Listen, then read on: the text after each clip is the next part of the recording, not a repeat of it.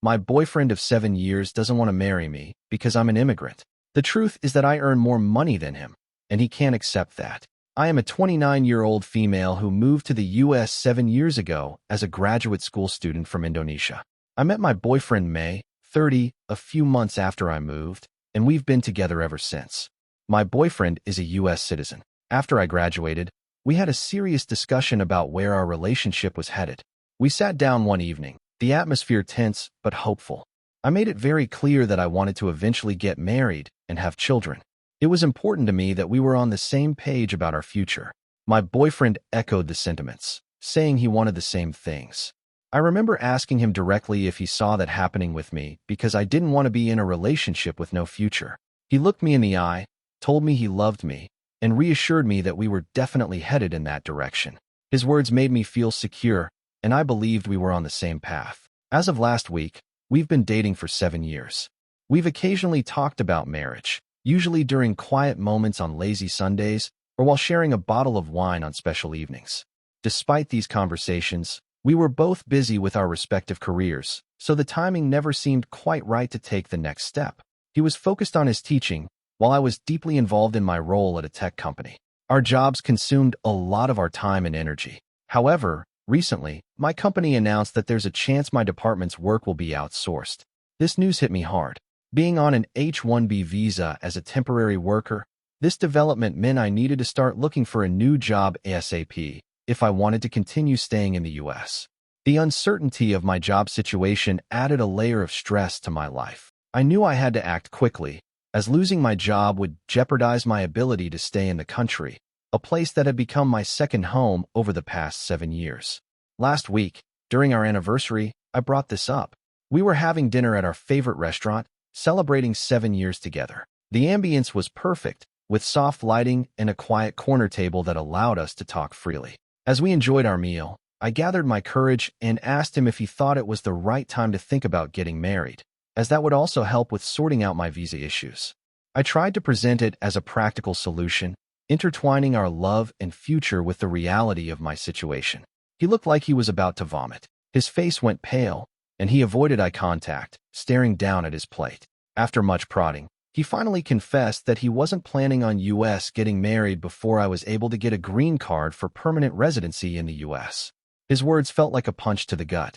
I was incredibly confused and hurt because he had never mentioned this before. The dinner, which was supposed to be a celebration of our love, turned into a tense and painful conversation that left me questioning everything. His reason was that he didn't want to be used as a visa mule, his words, not mine by me. He explained that he wanted to make sure I married him because I loved him and not because it was a ticket to staying in the US, which could only happen when I got a green card. Hearing him say this felt like a slap in the face.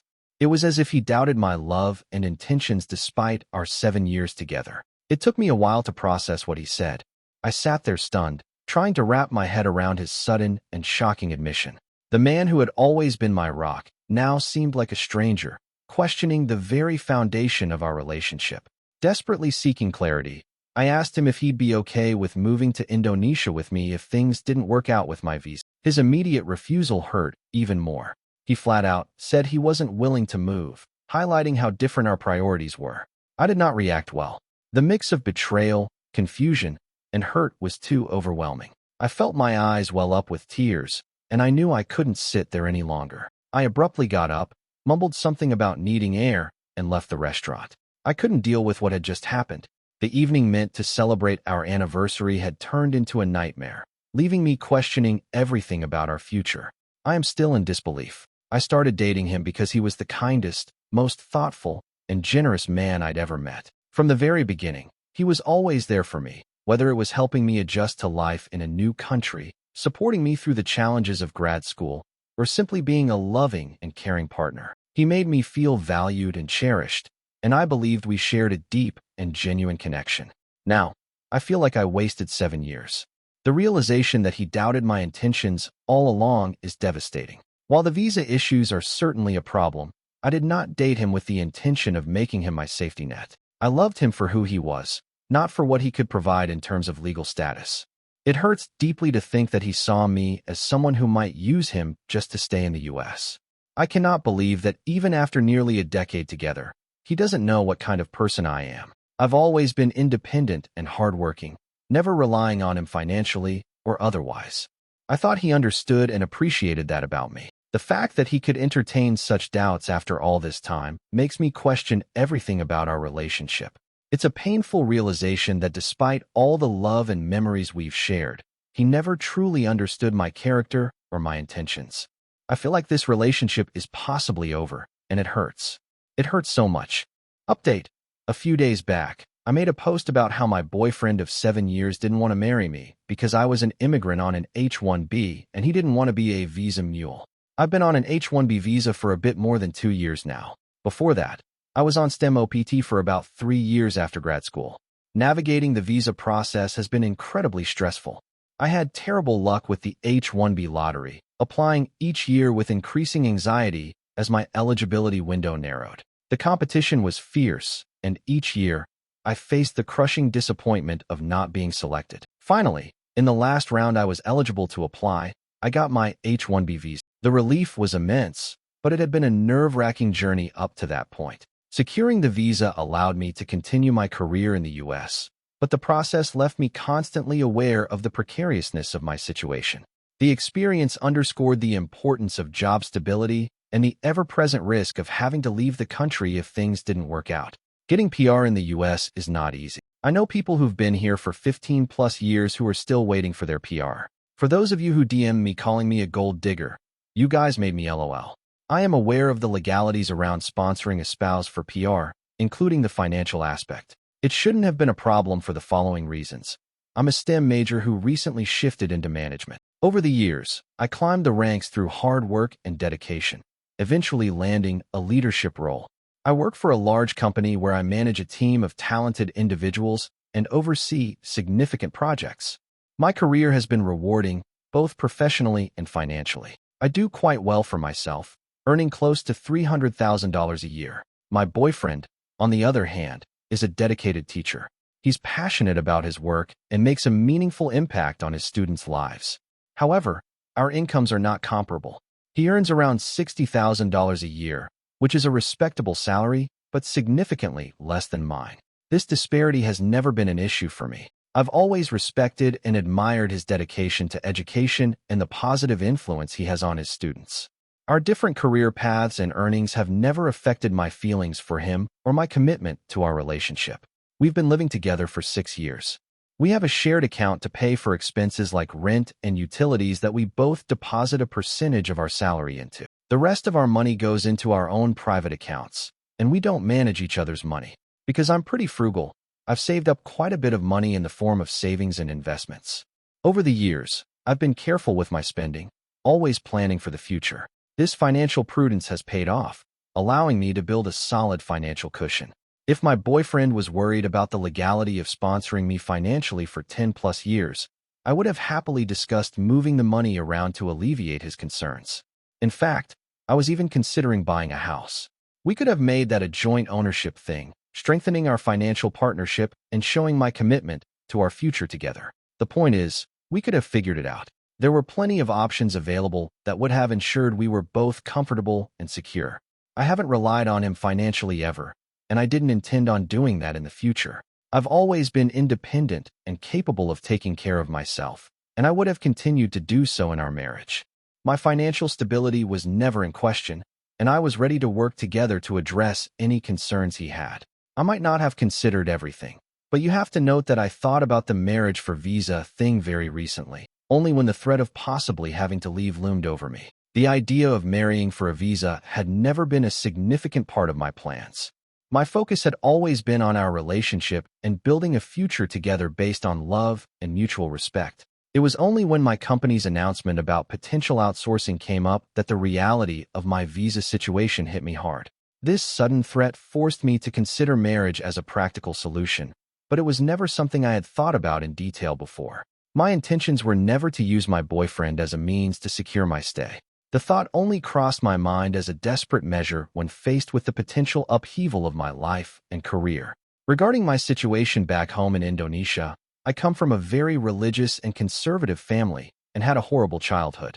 My family doesn't support my career choices. I cut contact with my family when I moved to the U.S., so they are not in the picture at all. I was on great terms with my boyfriend's family. They loved me. Now for the actual update. He is now my ex-boyfriend. I took a few days to collect myself and then reached out to him, wanting to talk. During those days, I went through a whirlwind of emotions: confusion, anger, sadness, and a deep sense of betrayal.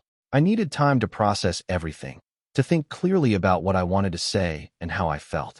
I spent a lot of time reflecting on our relationship, replaying our conversations, and trying to understand his perspective. When I finally felt ready, I sent him a message asking if we could meet to talk. He agreed, and we arranged to meet at a quiet cafe we used to frequent. Sitting across from him, I could see the strain in his eyes, a reflection of my own turmoil. It was a tense and emotionally charged moment, but I knew we needed to have this conversation to find some clarity and closure. It turns out that he has been insecure about earning less than I did for a while. This revelation hit me hard. He confessed that for quite some time, he had felt inadequate because of the significant difference in our incomes.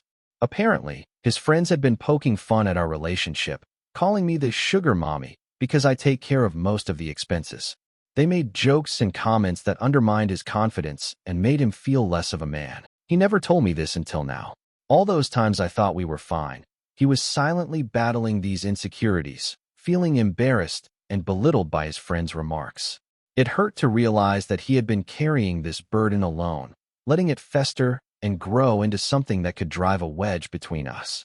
His silence on the matter meant that I was unaware of his struggles and unable to support him through them, leaving me blindsided by this sudden revelation. He apparently didn't feel like an equal because our pay differs so much.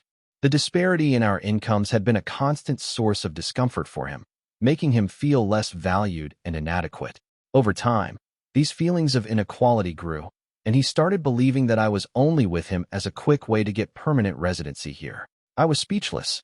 I couldn't believe that his friends had gaslighted him into doubting our relationship. The people he trusted had planted seeds of doubt in his mind, making him question my intentions and the authenticity of our love. It was heartbreaking to realize that their cruel jokes and comments had eroded his trust in me. The idea that he could think I was using him for my own gain after everything we had shared and built together was devastating.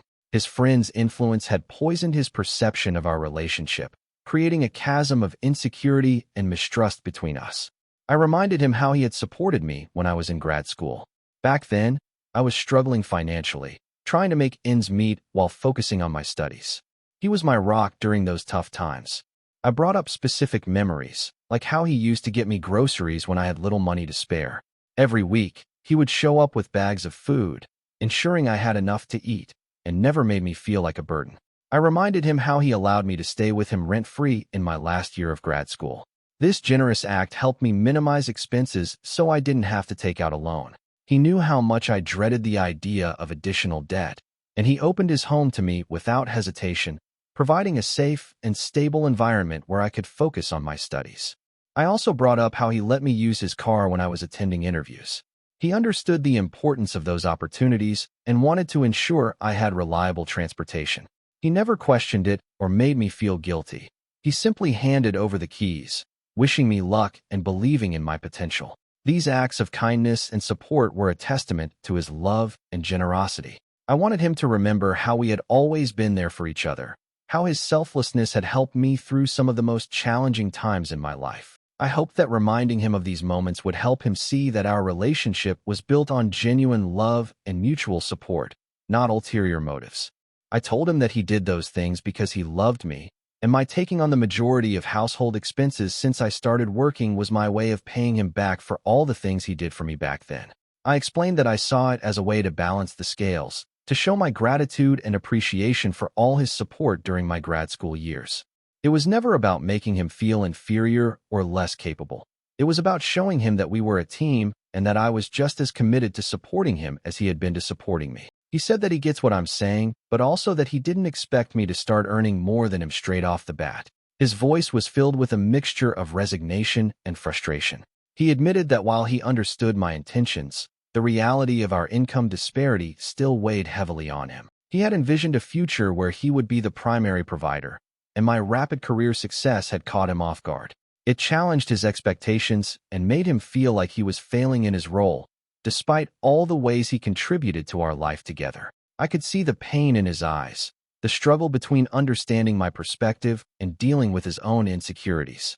I asked if there was any chance he'd consider going to couples therapy, like some of you had suggested. I thought that maybe with professional help, we could address these deep-seated insecurities and misunderstandings. I hoped therapy might help us communicate better and rebuild the trust that seemed to be slipping away. But he declined, firmly stating that he didn't think he was being unreasonable. His tone was resolute, and it was clear he had already made up his mind. He said that he wanted to be the provider in a relationship and that he didn't feel like one in ours.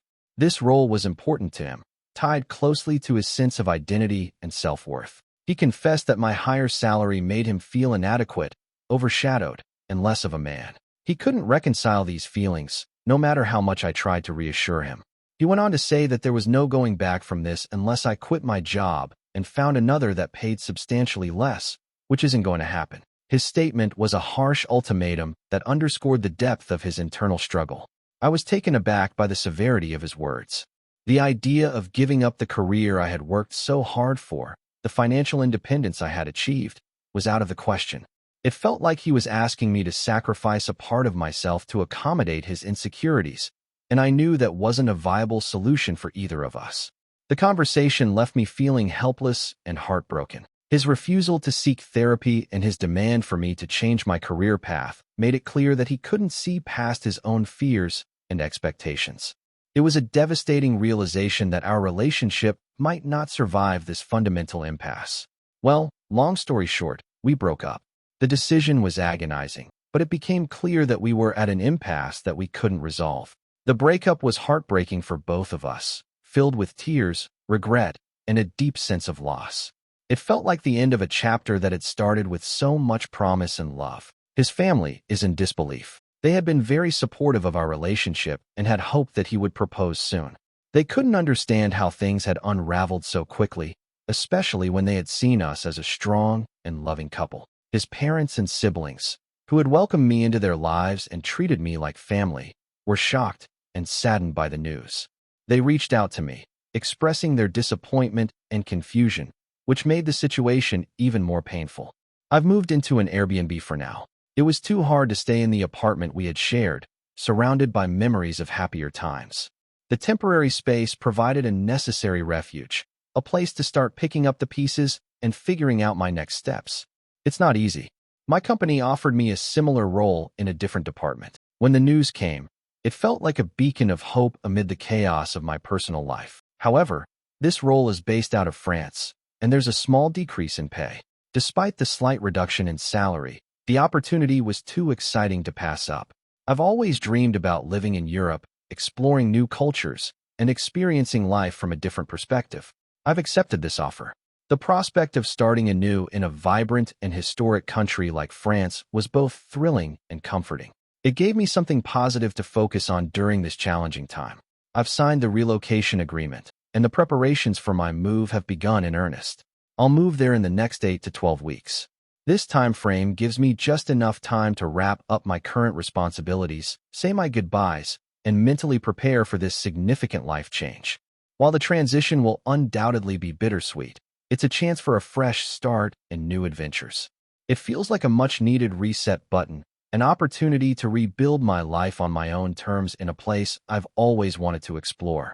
In your opinion, what do you think about this story? Please leave your comment below to let me know.